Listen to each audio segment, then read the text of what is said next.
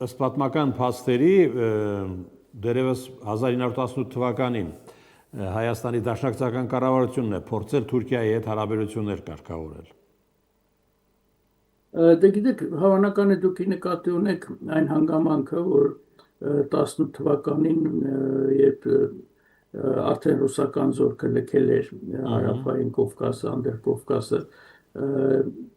առաջի համաշխարհային պատերազմը դեռ շարունակվում էր, եւ Թուրքիան, Օսմանյան Թուրքիա դրանից օգտվելով հակահարձակում սկսեց, սկզբից թուրքերը հետ գրավեցին այն տարածքները Արևմտյան Հայաստանի, որ գրավել է ռուսական բանակը, հետո մտան արդեն Կովկաս, հարավային Կովկաս, եւ այն ժամանակ Անդրկովկասը հայտարարել էր, որ ինքը անջատվում է Ռուսաստանից, որտեղ Ռուսաստանը մաքրել է փետրվարյան հեղափոխությունները 17 թվականին, հետո հոկտեմբերյան հեղափոխությունը 17 թվականի հոկտեմբերին, եւ հարավային Կովկասը Հայաստանը մասնավորապես չէր կարող իրեն պաշտպանել, թուրքական բանակը գալիս էր առաջ, եւ այս պայմաններում Բաթումում տեղի են ունենում բանակցություններ Օսմանյան կայսրությանը եւ 3 նորանկախ պետություններ, որոնք հենց այդ ժամանակ հայտարարեցին իրենց անկախության մասին։ Ընդդեմ բոլշևիկյան ագրեսիայի։ Այո, որոնցից մեկը Հայաստան, դե չէ, բոլշևիկյան ագրեսիան ժամանակ չկար, 18 թվականներ դեռ բոլշևիկները նոր էին եկել իշխանության։ Եվ այս պայմաններում Թուրքիան պարտադրեց, Օսմանյան կայսրությունը պարտադրեց, որ Հայաստանը ստորագրի Բաթումի պայմանագիրը, որով Հայաստանը ըստ էության դառնում էր վասալ պետություն Թուրքիային, Օսմանյան Թուրքիային, կորցնում էր շատ տարածքներ, շատ փոքր 9000 մոտավորապես քառակուսի կիլոմետր, եւ այն ժամանակվա գերմանացի գեներալներից մեկի դիպուկ արտահայտությամբ թուրքերը Հայաստանի համար այնքան տարածք թողեցին, որ նրանք, ասենք, մտնեն դողանալ Սևանա լճում, բայց այնքան փոքր է տարածքը, որ դուրս գալուց չեն կարող չորանալ, որտեղ Սևանի կեսով էր անցնելու սահմանը։ Այնպես որ շատ ծանր էր Հայաստանի դրությունը, բայց 18 թվականին, ինչպես գիտենք, հոկտեմբերի 30-ին Թուրքիան, Օսմանյան Թուրքիան ստորագրեց Մուդրոսի զինադադարը, այդպիսով ընդունելով իր պարտությունը առաջին համաշխարհային պատերազմում եւ փաստորեն Բաթումի պայմանագիրը այսպես կյանքի չկոչվեց, դրանից հետո իրադրությունը կտրուկ փոխվեց եւ Հայաստանը հայտարարեց, որ այլևս չի ճանաչում Բաթումի պայմանագիրը։ Իսկ բոլշևիկ քեմալական համագործակցությունը երևաց 20 թվականին արդեն եւ այդ համագործակցության արդյունքում էր, որ ստորագրվեց սկզբից Մոսկվայում պայմանագիր բոլշևիկների եւ քեմալականների եւ տեղի ունեցավ այն, ինչ եւ աստորեն Հայաստանը բաժանվեց բոլշևիկյան Ռուսաստանի եւ քեմալական Թուրքիայի։ Հիմա ես ինչու առաջարկեցի այդ պատմական անցքերը վերհիշել,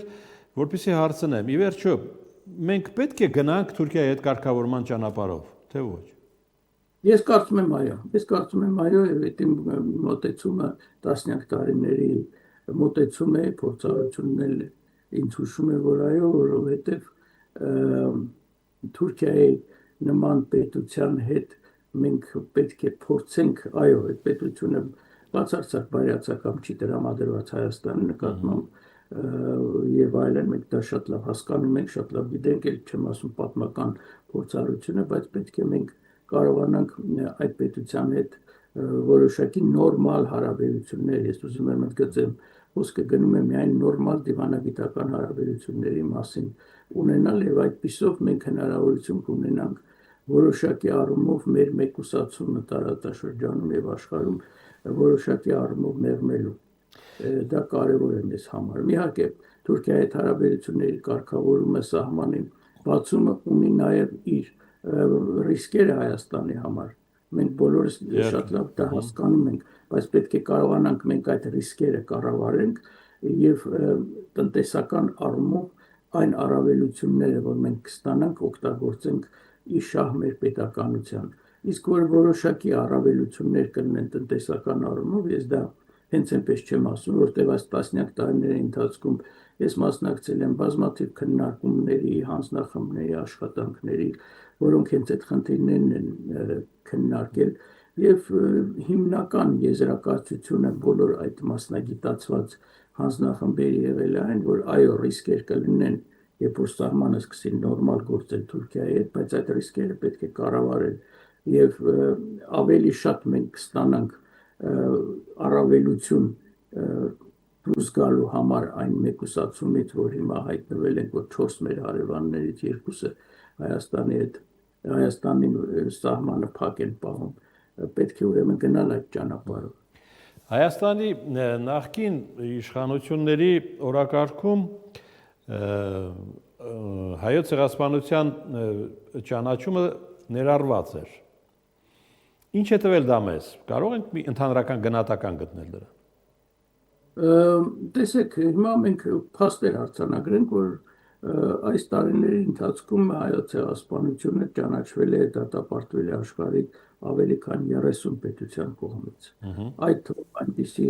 խոշոր հզոր պետությունների կողմից, ինչպիսին Ամերիկայի Միացյալ Նահանգներն են, Ռուսաստանն է, Ֆրանսիան է, եւ կարելի է ասել, որ այո, որոշակի առումով այս բնագավառում մենք ունենք որոշակի հաջողություններ, բայց դա կապված է ոչ միայն Հայաստանի Հանրապետության քաղաքականության հետ, այլ նաև Սփյուռքում գործող տարբեր հայկական կազմակերպությունների գործունեության հետ։ Դա մեկ, եւ երկրորդը ինչ է տալիս մեզ այս քաղաքականությունը ցեղասպանության ճանաչման եւ դատապարտման։ Առաջին հերթին իհարկե պատմական արդարության վերականգնումն է, դա պարզ է, բայց նաև կա այստեղ մի հանգամանք, որ ես ուզում եմ հիմա նշեմ, դա հետևյալն է, որ մարդկությունը քանի գնում է ավելի է հասկանում, որ ցեղասպանությունները դա ծանրագույն հանցագործություն են մարդկության դեմ, եւ հիմա էլ մեր աչքերի առջև տեսնում ենք աշխարհում ինչեր են տեղի ունենում։ Եվ նախկինում, անցյալում 100 տարի առաջ տեղի ունեցած այդպիսի խոշոր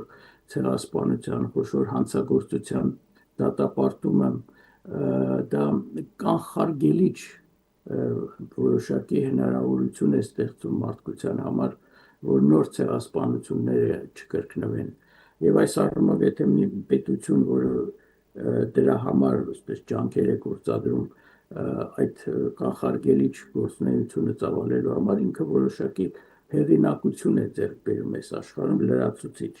Մի կողմից այդպես, բայց մյուս կողմից հիմա մենք հասկանում ենք, որ ներկա պայմաններում, երբ Հայաստանը լուծում է